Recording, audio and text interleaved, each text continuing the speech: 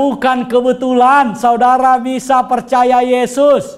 Saudara bisa ambil keputusan saya terima Yesus, itu bukan kebetulan. Itu kenapa bisa terjadi? Karena saudara sudah ditetapkan Tuhan. Namamu ditetapkan di dalam kekekalan. Ketika saudara hadir, Tuhan kenal saudara.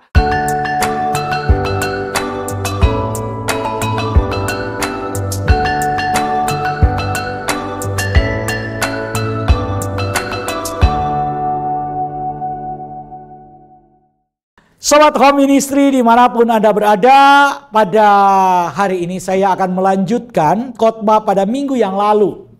Secara berturut-turut selama 2 minggu saya sudah menyampaikan firman Tuhan. Dan ini adalah firman Tuhan yang menjadi dasar iman kita. Saudara, pada 2 kali hari Minggu saya sudah bicara tentang tujuan penciptaan manusia. Kenapa kita harus clear tentang tujuan penciptaan manusia?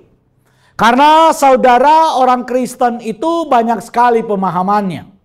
Saya ingin saat ini teman-teman yang sedang mempersiapkan diri untuk masuk dalam sakramen baptisan, apa yang kemudian kami sampaikan ini setidak-tidaknya menjadi bahan untuk pembelajaran buat kelengkapan kita, untuk lebih mengenal Tuhan kita Yesus Kristus.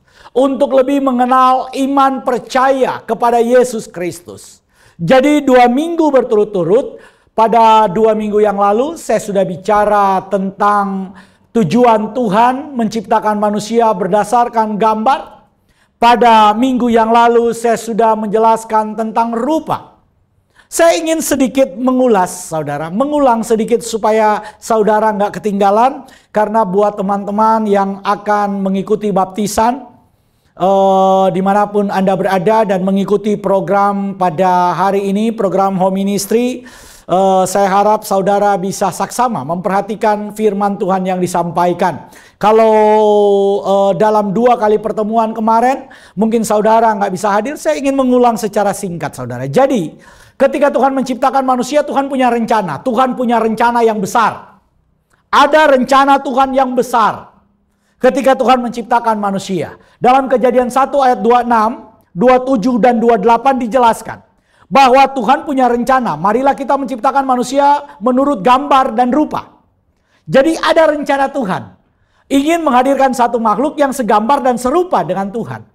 Tapi pada ayat yang ke-27, Kejadian 1, dikatakan bahwa Tuhan menciptakan manusia itu berdasarkan gambar. Jadi ada rencana Tuhan gambar dan rupa. Gambar itu apa? Saya sudah jelaskan, gambar itu adalah komposisi. Komposisi maksudnya apa sih Pak? Komposisi itu berbicara tentang frame. Frame saudara diciptakan, blueprint. Jadi sebelum saudara dan saya ada, kita tuh punya blueprint dalam rencananya Tuhan.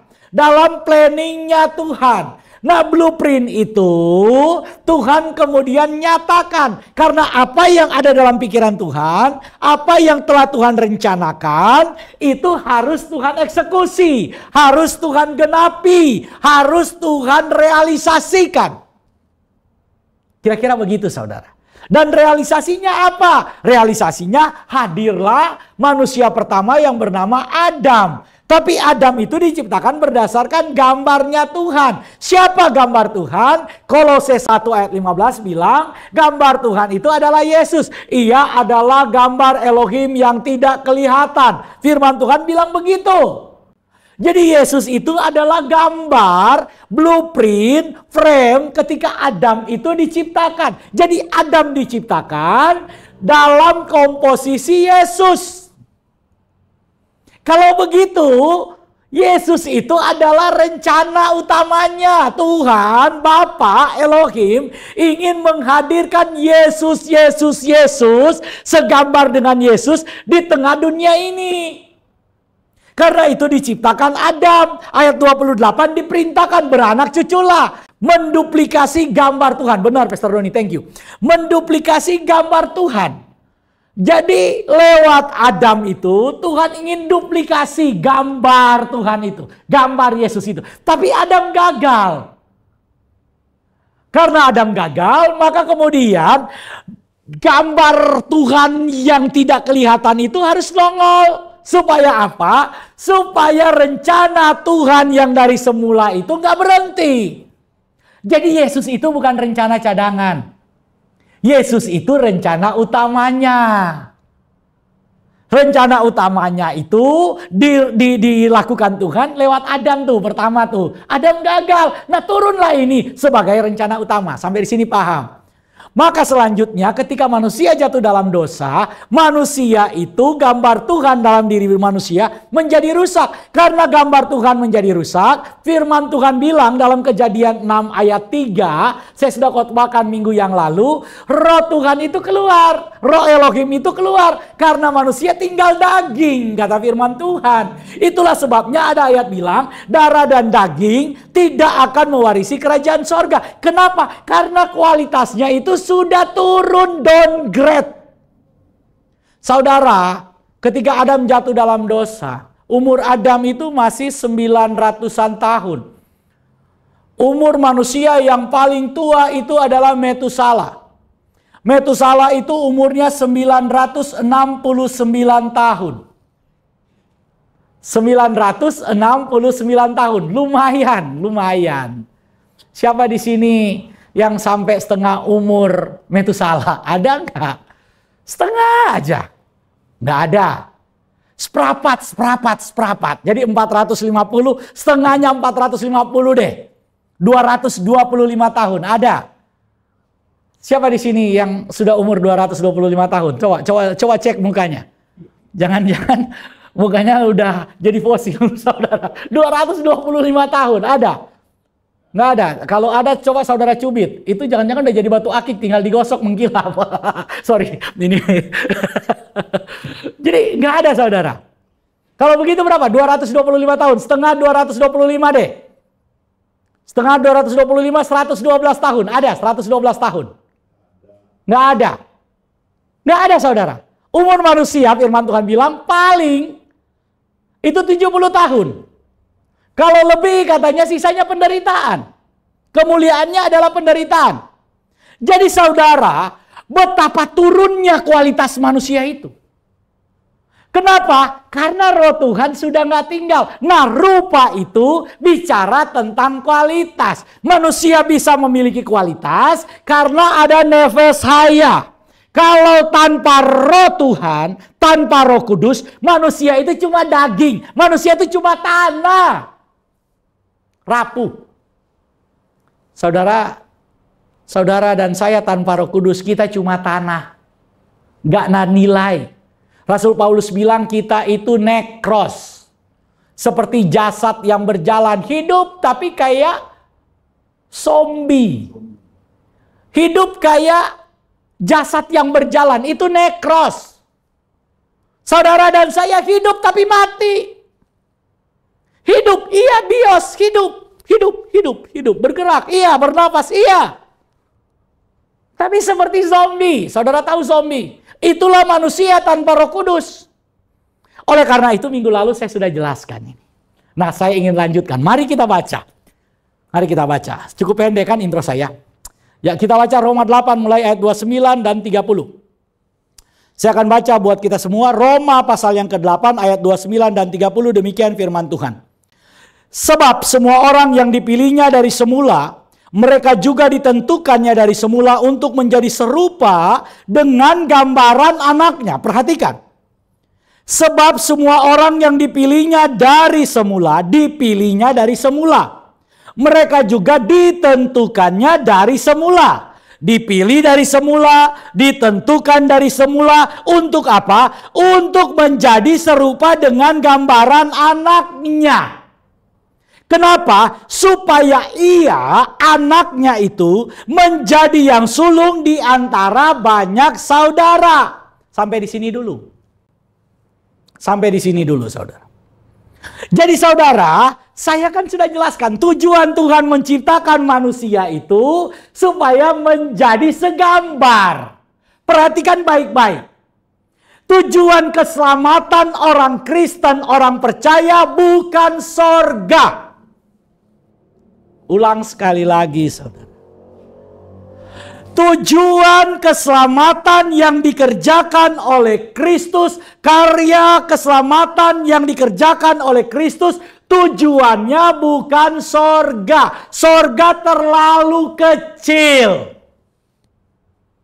Sorga itu terlalu rendah untuk dikapitalisasi sebagai tujuan karya keselamatan Kristus.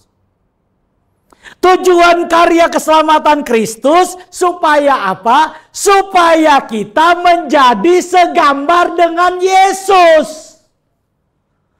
Jadi ini penting, saudara. Saudara dan saya itu dipanggil oleh Tuhan, dipilih oleh Tuhan, ditetapkan oleh Tuhan, supaya kita segambar dengan Yesus. Kembali kepada tujuan awal, karena kita sudah melenceng, sudah keluar. Karena dosa, tujuan kita berbeda dengan tujuan Tuhan. Karena itu Tuhan panggil kita, Tuhan pilih kita, Tuhan tetapkan kita, supaya segambar. Kembali kepada jalan yang Tuhan tetapkan. Karena sebelumnya kita sudah di jalan sana, saudara. Saudara mau ke Purwakarta, saudara perginya ke Banten. Bayangkan, dari Jakarta ditanya, mau kemana? Mau ke Purwakarta. Tapi jalannya kemana? Ke Merak. Saudara bisa bayangin nih. Saudara, kita ini bicara bahwa Tuhan menciptakan kita, tujuannya supaya saudara dan saya segambar dengan Tuhan. Bayangin. Kalau kemudian ada yang tanya, Raymond, kamu segambar dengan siapa? Dengan Yesus. Kalau ada yang nanya, kamu segambar dengan siapa? Jelek-jelek begini, saudara bilang, jelek-jelek begini nih. Ini nih gambarannya Yesus. Begitu dong. Itu orang percaya. Karena tujuan Tuhan menciptakan kita, firman Tuhan bilang, sebab semua orang yang dipilihnya dari semula. Mereka juga ditentukannya dari semula. Tujuannya apa? Supaya menjadi serupa dengan gambaran anaknya. Supaya anaknya itu namanya siapa, saudara? Anaknya itu namanya siapa? Yesus. Nama anaknya itu adalah Yesus, menjadi yang sulung di antara banyak saudara. Ini luar biasa, saudara. Saya mau nanya. Saudara tahu Pangeran Charles? Raja Charles sekarang. Raja Inggris. Raja Inggris itu Charles. Ya, sekarang udah jadi raja. Kan dulu Pangeran Charles, mamanya Ratu Elizabeth. Raja Charles sekarang. Yang pangeran sekarang William, ya. Jadi kalau kemudian Pangeran William bilang, Raymond itu saudaraan dengan saya.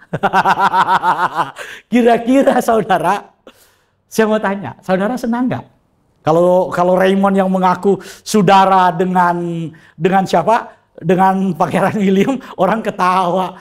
Muka lu ada mirip-mirip dari mana? Tapi kalau dia yang ngomong, itu saudara saya. Walaupun muka saya nih nggak ada mirip-miripnya, tapi dia yang ngakuin. Saya mau tanya, saudara senang nggak? Senang dong. Kalau Pangeran William bilang, saudara saya, senang nggak?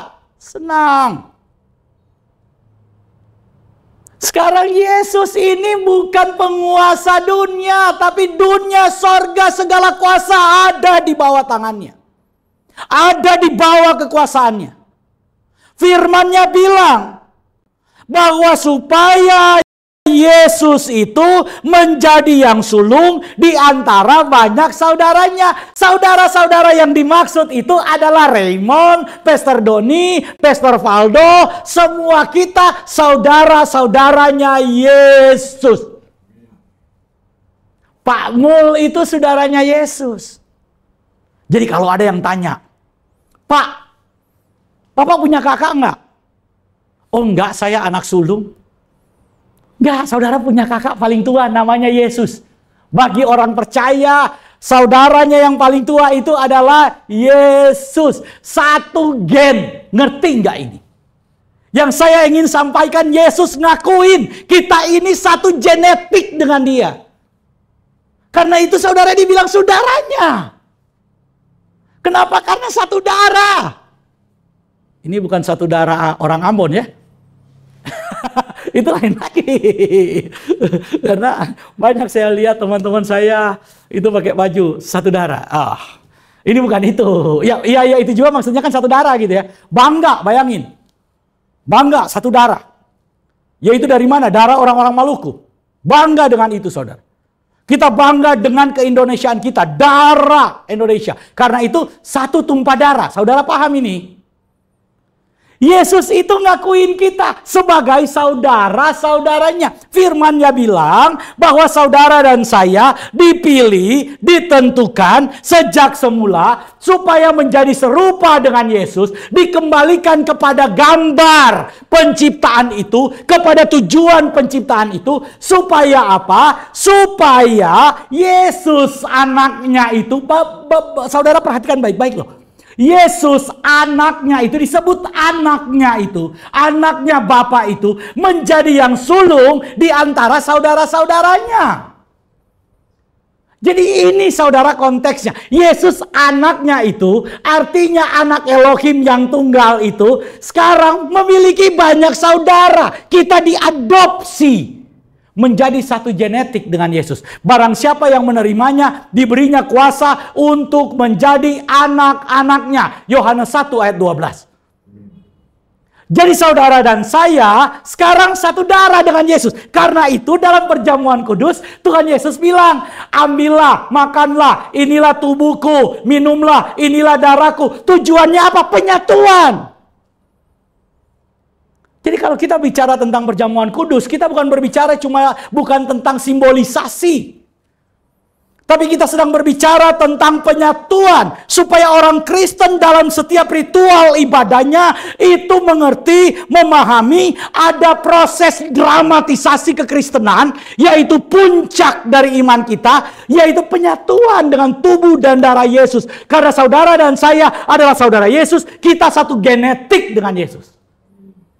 Oleh karena itu kita akan bahas. Kita akan bahas tema ini. Tema panggilan keselamatan ini. Tema pemilihan Tuhan ini.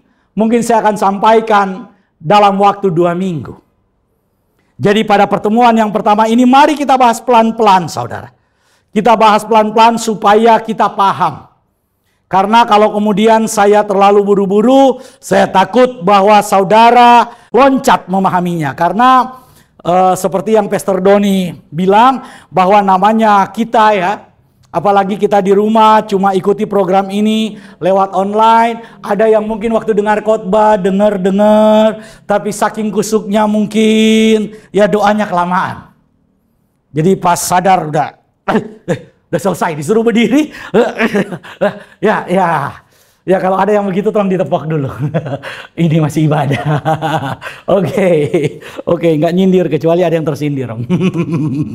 Oke saudara, perhatikan baik-baik karena ini penting, khususnya buat teman-teman yang akan kemudian akan mengikuti sakramen baptisan. Tolong diperhatikan baik-baik. Oke, mari kita lanjut saudara. Mari kita lanjut. Mari kita perhatikan sama-sama bagaimana proses panggilan Tuhan itu. Firman Tuhan berkata begini kepada kita tadi, bahwa kita itu dikenal oleh Tuhan. Kita itu ditetapkan oleh Tuhan. Kita dipilih oleh Tuhan. Ditetapkan oleh Tuhan dari semula. Karena firman Tuhan bilang bahwa mereka yang dipanggil itu ditetapkan. Jadi saudara, sebelum proses pemanggilan Tuhan, itu ada terlebih dahulu ketetapan Tuhan. Jadi sebelum saudara itu dipanggil oleh Tuhan, yang pertama itu ada ketetapan Tuhan. Jadi Tuhan menetapkan terlebih dahulu. Tuhan menetapkan itu seperti apa? Tuhan menetapkan di dalam kairosnya Tuhan. Sebelum segala sesuatu itu ada, sebelum segala sesuatu diciptakan, sebelum Tuhan membuat segala sesuatu, Tuhan sudah merencanakan saudara dan saya di dalam rencananya, di dalam kepalanya, di dalam logosnya, di dalam idenya. Karena itu kita disebut diciptakan di dalam Yesus. Karena Yesus itu adalah logosnya Tuhan. Jadi saudara, sebelum saudara itu lahir, sebelum Raymond itu lahir tahun 1977, lahir dari kandungan ibunya, nangis, sebelum Raymond lahir, Raymond itu sudah ada di rencananya Tuhan. Ya, ada. Jadi gini saudara, saya ingin jelaskan begini, supaya saudara paham. Misalnya saudara ini kepengen ke Jakarta. Sebelum saudara ke Jakarta, nanti ini mau Imlek, ya, libur panjang. Dari tanggal 7 ada Imlek, tanggal 7 Imlek ya? Bukan, tanggal 7 itu ada Maulid. Jadi ada hari raya. Tanggal 9 hari raya. Tanggal 8 kejepit, kebetulan nih libur panjang. Tanggal 14 Valentine, libur juga, libur pemilu. Jadi saudara bablas ini mau libur panjang. Nah, ketika saudara merencanakan liburan panjang, ini kan ada rencana saudara. Rencana saudara mau kemana? Oh, ada yang kemudian merencanakan kita kepengen jalan-jalan ke kebun binatang. Ada di Jakarta yang kepengen jalan-jalan dengan keluarga ke Bandung. Ada mungkin teman-teman yang di Purwakarta kepengen mancing. Nah, bapak-bapak tuh, wah lagi libur begini cari tempat mancing. Ada juga ngerencanain mau kemana, mau ke rumah anak. Ada yang rencanain mau pulang kampung. Ada yang rencanain mau kemana. Saudara punya rencana. Nah, ini kan rencana ini ada dalam kepala. Betul? Ada dalam kepala. Apa yang kemudian ada dalam rencana kita? Kita kepengen eksekusi. Kita kepengen kerjakan.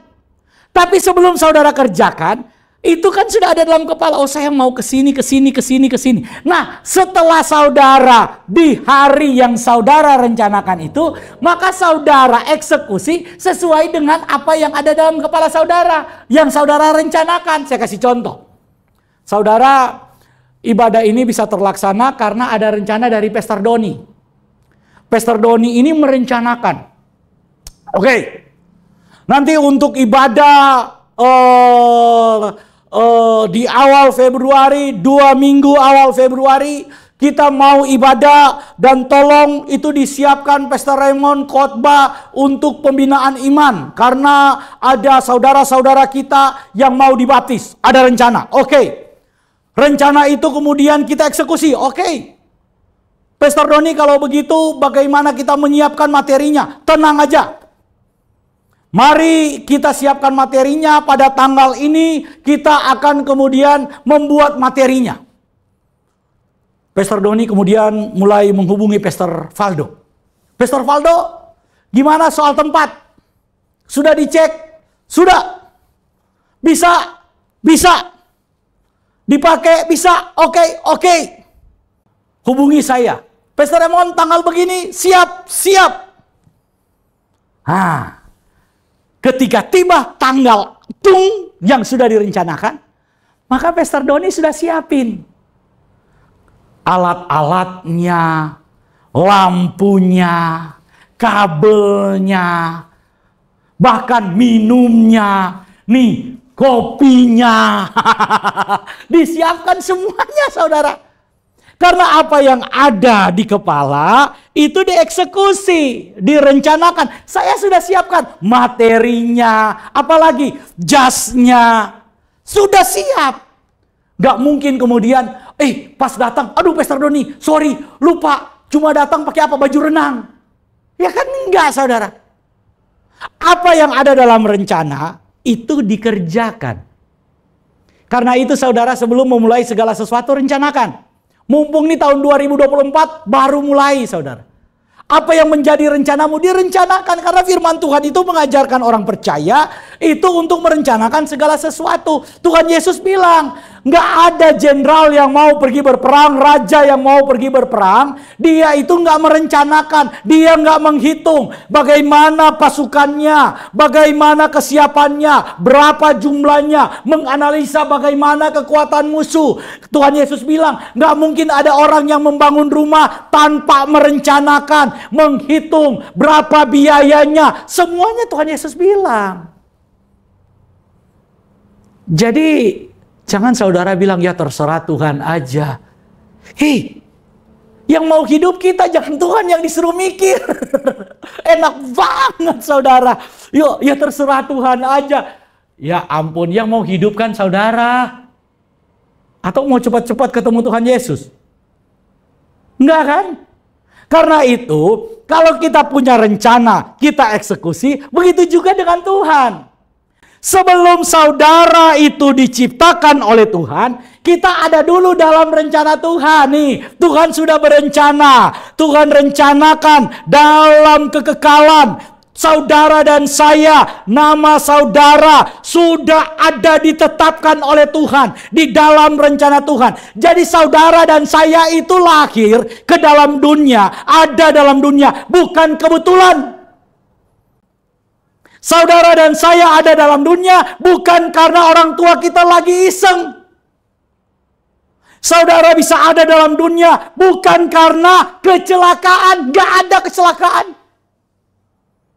Kalau kita bisa ada di dalam dunia, saudara dan saya ada di dalam dunia, itu karena saudara dan saya ada dalam ketetapan Tuhan, ada dalam rencana Tuhan. Sejak semula saudara dan saya sudah ada dalam rencana Tuhan yang mulia, dalam kairosnya Tuhan. Karena saudara sudah ada dalam kairosnya Tuhan, maka kemudian selanjutnya saudara dan saya diciptakan oleh Tuhan, dihadirkan dalam kronos. Ini saudara, istilah yang saya pakai supaya saudara paham. Kairos itu adalah waktunya Tuhan. Ya, waktu kairos itu disebut waktu Tuhan atau waktu kekal. Kita yang ada dalam rencana Tuhan, kita itu sudah ada di waktunya Tuhan dalam kairos. Nah, karena kita ada di dalam kairos, saudara dan saya itu dihadirkan, diciptakan Tuhan, hadir dalam kronos, dalam waktu yang ada kronologinya, ada urutannya. Tahun 1, tahun 90, tahun 2000, tahun 2023, 2024. Nah, saya ada dalam kepala Tuhan. Ketika Tuhan hadirkan Raymond ke dalam dunia, itu lahirlah Raymond di kronos, di tahun di tengah dunia ini, tahun 1977. Tahun 1977 di bulan Oktober, Raymond itu Tuhan hadirin di dunia. Lewat keluarga orang tua saya, mama papa saya, bukan karena mereka lagi iseng-iseng, bukan. Karena begini saudara, waktu kecil saya suka dengar, karena saya itu lahir ketika orang tua saya sudah cukup berumur. Jadi mama papa saya sudah berumur, mama saya ikut KB gitu ya.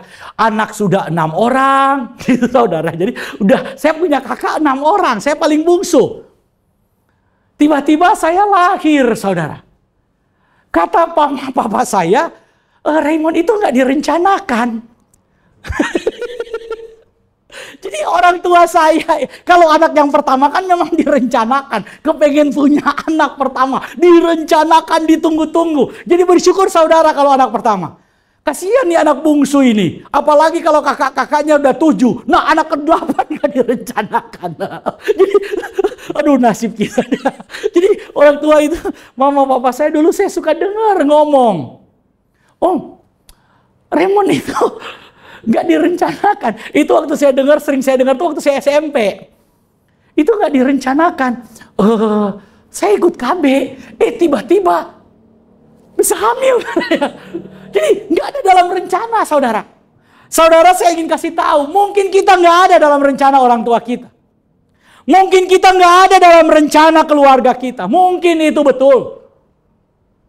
Tapi saya mau bilang, saudara, bukan kebetulan ada saya, bukan kebetulan hadir di dunia ini. Enggak, saya sudah ada dalam rencana kekal Tuhan itu. Jadi kalau kemudian di tempat ini, yang mengikuti program ini ada yang bilang, waduh, anak saya ini lahir karena kecelakaan, Pak. Sebenarnya nggak ada niat. Kecelakaan aja. Kecelakaan, kamu aja yang gatel. Jadi nggak ada kecelakaan. Sekali lagi, orang Kristen itu percaya bahwa kita hadir di dunia ini bukan karena kebetulan. Kita hadir bukan karena kecelakaan. Kita hadir bukan karena tanpa rencana. Kita hadir ada dalam rencana besar Tuhan. Tuhan merencanakan saudara dan saya hadir di waktu engkau lahir, ditempatkan di dalam dunia ini. Ketika saudara ditetapkan dalam kairosnya Tuhan, Tuhan ciptakan saudara di dalam dunia, hadir dalam waktu kronos ini. Di tahun berapa saudara lahir, Tuhan hadirkan saudara. Ketika ada di dunia ini, Tuhan kenal saudara. Saudara, mungkin saudara berkata, Pak, saya itu lahir dalam keluarga yang bukan orang percaya, Pak. Keluarga saya semua itu nggak ada, Pak, yang percaya Yesus. Saya mau bilang, saudara, bukan kebetulan saudara bisa percaya Yesus. Saudara bisa ambil keputusan, saya terima Yesus, itu bukan kebetulan. Itu kenapa bisa terjadi? Karena saudara sudah ditetapkan Tuhan. Namamu ditetapkan di dalam kekekalan. Ketika saudara hadir, Tuhan kenal saudara. Tuhan gak lupa saudara. Saudara, saya mau bilang, saudara saya dan saudara dikenal oleh Tuhan. Walaupun saudara tinggal di gang yang sempit. Saudara tinggal di rumah yang bersusun-susun.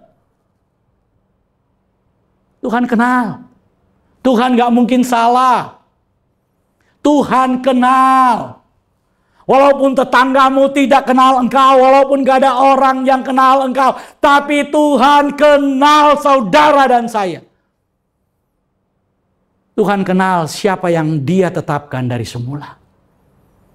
Karena sejak dalam kekekalan, nama saudara Tuhan ingat. Nama saya Tuhan ingat. Tuhan tahu. Saudara perhatikan slide-nya. Jadi kita ditetapkan di dalam kekekalan. Ketika saudara dihadirkan di dalam kronos, Tuhan mengenalmu. Karena Tuhan mengenal saudara, firman Tuhan bilang dalam Roma, Tuhan kemudian apa? Memanggil saudara dan saya. Jadi karena Tuhan kenal, maka Tuhan panggil. Karena saudara dikenal oleh Tuhan, maka kemudian saudara dipanggil oleh Tuhan. Saya dipanggil oleh Tuhan. Saudara tahu bagaimana saya dipanggil oleh Tuhan?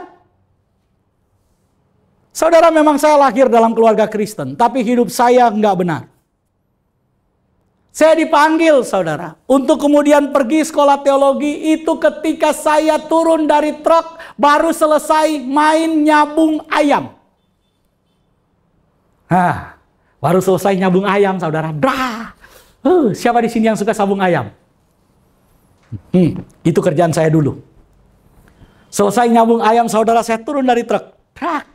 Satu pegang ayam yang menang, satu pegang ayam yang mati. Karena kalau nyabung ayam, itu ayam yang mati itu jadi milik kita. Tapi ayam ini bukan punya saya. Ayam ini punya kakak saya. Jadi yang nyabung ayam kakak saya. Halo bro, brother. Jadi saudara, saya bawa nih ayam. Baru turun dari truk. Karena dari tempat nyabung ayam, itu harus pakai truk. Karena dikejar-kejar polisi, jadi masuk ke setengah hutan. Jadi turun tuh pakai truk. Truk angkut-angkut pasir. Jadi turun, pegang ayam. Waduh. Pas turun saudara, ada saudara. Anaknya di Jakarta. Anaknya kalau cerita itu pasti. Dia cerita itu. Sekarang di Pasar Minggu anaknya. Ya teman kuliah saya juga. Kakak kelasnya Dedi juga. Seangkatan dengan saya. Jadi kemudian saudara ketika turun. Mama teman saya ini masih saudara. Ngomong. Raymond. Mau nggak kamu sekolah teologi? Hah? Sekolah teologi? Iya, jadi pendeta. Mau nggak? Saya dalam hati, apa nggak sadar? Ini kan lagi pegang ayam.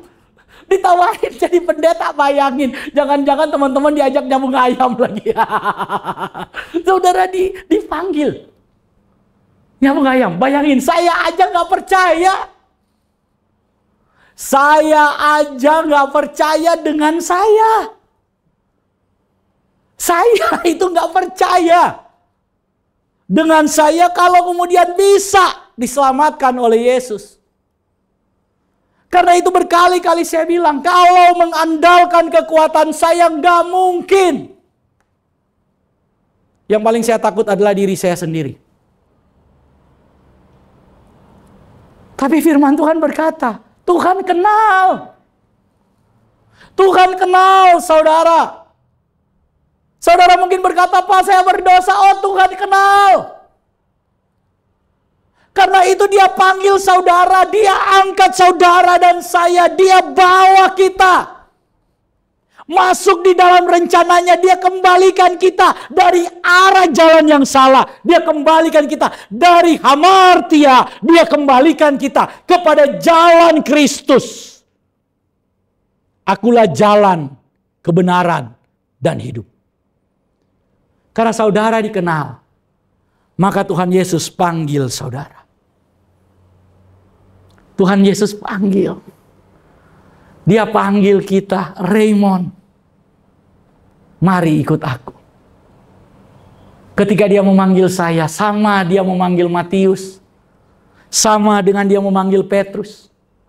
Sama dengan dia memanggil teman-teman murid-murid yang lain. Dipanggil. Ketika Matius sedang memungut cukai, Lewi si pemungut cukai sedang ada di rumah cukai, sedang berbuat dosa, Tuhan panggil, hei, ikutlah aku. Ketika Petrus si penjala manusia, yang kemudian peragu, yang kemudian mudah berubah, yang pelin-pelan, karena itu dia disebut Simon, Tuhan panggil dia untuk menjadi batu karang. Saudara, Tuhan tahu kita, Tuhan kenal kita. Dia tahu Raymond, dia tahu kelemahan Raymond, dia tahu ketidakmampuan Raymond. Tapi dia kenal, karena dia kenal, dia panggil, dan dia tahu bagaimana mengubah Raymond. Tuhan Yesus tahu bagaimana cara mengubah hidupmu. Tuhan Yesus tahu bagaimana cara memakai hidupmu. Karena itu jangan batasi kekuasaan Tuhan dalam mengubah hidupmu. Dalam mempekerjakan hidupmu. Dalam memakai saudara dan saya dalam rencana Tuhan yang besar. Untuk hidupmu, jangan saudara batasi kekuasaan Tuhan dengan ketidakmampuanmu, dengan kelemahanmu. Jangan batasi, tapi serahkan semuanya kepada Tuhan dan katakan, suka-sukamu Tuhan Yesus, suka-sukamu Tuhan Yesus. Kamu mau pakai dengan cara apa, pakailah aku. Karena itu Tuhan panggil saudara. Tuhan panggil karena dia kenal, dia panggil saudara. Setelah dia panggil saudara, karena kita dipanggil dalam keadaan tidak benar, sama seperti saya yang saya cerita lagi bahwa ayam itu, maka ketika dia panggil saya, dia benarkan kita. Dia kuduskan kita. Sekarang saya ada dalam proses pengudusan Tuhan itu. Dia kuduskan lewat darah Kristus. Saya kudus. Karena itu sekarang selagi saya masih hidup, sejak saya percaya Yesus dan proses saya hidup saat ini, maka saya hidup di dalam proses apa? Ini penting untuk kita pahami. Dalam proses bagaimana kita terus-menerus disempurnakan. Disempurnakan. Saudara dan saya disempurnakan. Tapi selama kita masih ada di dalam daging ini, kita nggak mungkin sampai kepada level sempurna itu. Karena daging ini sudah downgrade-nya luar biasa. Contoh tadi tuh umur 900-an tahun, sekarang umur manusia berapa tahun? 70 tahun. Apa ada 10%-nya? Enggak. Betul? Nggak sampai 10% saudara. Yang tersisa kualitasnya, kualitas manusia itu sangat bawah. Menyentuh tanah. Dari mana asalnya? Karena itu saudara, proses di mana kita dibenarkan oleh Tuhan, kita membutuhkan Roh Kudus. Hanya Roh Kudus yang bisa memampukan kita. Hanya Roh Kudus yang bisa menguatkan kita. Setelah kita dibenarkan, Roh Kudus terus-menerus memproses kita, memproses kita. Sampai pada akhirnya, saudara dan saya dimuliakan oleh Tuhan. Kapan kita dimuliakan oleh Tuhan? Ketika Yesus Kristus datang. Karena itu home ministry di awal selalu memulai dengan seminar akhir zaman, memulai dengan rapture, memulai dengan pengangkatan. Karena kita sedang berbicara bahwa nanti pada akhirnya puncak daripada keserupaan kita dengan Kristus itu terjadi ketika kita menyatu dengan Yesus. Karena Dia adalah yang sulung di antara saudara-saudaranya. Pada akhirnya kita akan dimuliakan. Kira-kira ini timeline-nya. Saudara ditetapkan di dalam rencana Tuhan. Dihadirkan lahir ke dalam dunia. Ketika kita lahir di dalam dunia, Tuhan mengenal kita. Karena Dia mengenal kita, maka saudara dipanggil. Karena saudara dipanggil, kita dibenarkan. Setelah kita dibenarkan, kita berproses selama kita hidup. Karena ketika saudara percaya Yesus, nggak langsung mati. Ketika kita percaya Yesus, kita masih hidup. Nah, sisa hidup kita, kata Rasul Paulus, itu kita berikan untuk Kristus. Sudah menjadi milik Yesus. Rasul Paulus bilang, kalau aku mati itu adalah keuntungan. Tapi kalau aku masih hidup, maka aku akan hidup untuk Kristus. Berbuah bagi Yesus. Mari saudara. Saya yakin dan saya percaya. Bukan kebetulan, nggak ada kata kebetulan. Saudara bisa percaya Yesus. Saudara bisa percaya Yesus karena Tuhan sudah menetapkanmu. Saudara bisa percaya Yesus, mengambil keputusan percaya Yesus. Apapun resikonya saudara tetap percaya karena saudara sudah ditetapkan Tuhan. Saudara dikenal oleh Tuhan. Namamu dikenal. Oh, namamu Pak Mul, Tuhan kenal. Namamu siapa? Pastor Doni, Tuhan kenal. Namamu siapa? Raymond, Tuhan kenal. Karena kita dikenal, kita dipanggil. Ketika saudara dipanggil, nah itu saudara jadi percaya. Pak, saya jadi percaya. Karena itu saya mau baptis. Itu artinya saudara sedang dipanggil oleh Tuhan. Dipanggil dari jalan yang salah nih. Jalan ke sono. Mau ke Purwakarta, saudara ke Merak. Nah, salah kan jalannya. Tuhan kemudian panggil, sini, balik sini arahnya. Balik. Sekarang setelah kita dipanggil, kita dalam proses. Tuhan benarkan kita. Benarkan dengan apa? Darah Yesus. Sekali Tuhan benarkan, saudara jadi orang yang benar. Status kita dibenarkan. Benar saudara. Kita bukan mengejar kebenaran. Kita sudah dibenarkan satu kali untuk selamanya. Dibenarkan. Tapi kita masih hidup. Karena kita masih hidup di dalam daging ini, mari kita hidup sebagai orang yang dibenarkan. Karena status kita dibenarkan, hiduplah di dalam kebenaran Tuhan. Karena pada akhirnya, saudara dan saya akan dimuliakan Tuhan. Pada minggu yang akan datang, saya akan menyampaikan lebih dalam lagi tentang panggilan keselamatan ini. Jadi ini adalah pembinaan iman. Tapi tema 2 minggu ini panggilan keselamatan. Saudara dikenal karena itu, karena saudara Tuhan mengenal saudara ketika hadir di dunia. Karena Tuhan lebih dulu menetapkan saudara. Karena Tuhan tetapkan, maka saudara hadir di dunia dia kenal. Karena saudara Tuhan kenal, saudara dipanggil. Karena saudara dipanggil, Tuhan membenarkan saudara. Karena sebelumnya kita hidup itu nggak benar, Tuhan membenarkan kita. Dalam proses pembenaran ini, Tuhan sudah membenarkan kita masih hidup. Hiduplah dalam kebenaran Tuhan. Karena pada akhirnya saudara dan saya akan dimuliakan Tuhan.